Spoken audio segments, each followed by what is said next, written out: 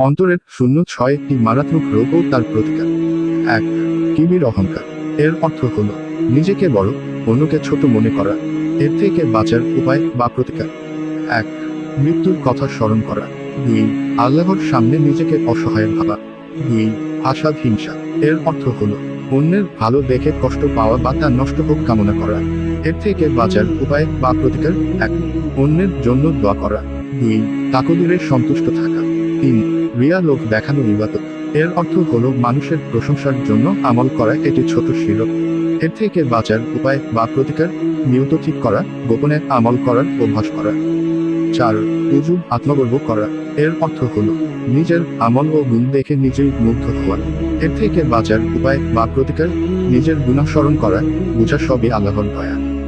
5. নকল করা ভণ্ডামি। এর অর্থ হল বাইরে ধার্মিক, ভেতরে সম্পূর্ণ ভিন্ন। এর থেকে বাঁচার উপায় বা প্রতিকার। ভেতরে ও বাহির এক রাখা, নিয়ত বারবার পরীক্ষা করা। 6. খুববে যা পদ মর্যাদার লোভ। এর অর্থ হল সম্মান, নেতৃত্ব ও প্রশংসা পাওয়ার প্রবল আকাঙ্ক্ষা। এর থেকে বাঁচার উপায় বা প্রতিকার। গোপনে কাজ, দুনিয়ার সম্মানকে তুচ্ছ ভাবা। এই রোগগুলো বাইরে থেকে বোঝা যায় না, কিন্তু ভেতর থেকে ঈমান ও আমল নষ্ট করে দেয়। সংকলিত হযরত মাওলানা তাকি উসমানী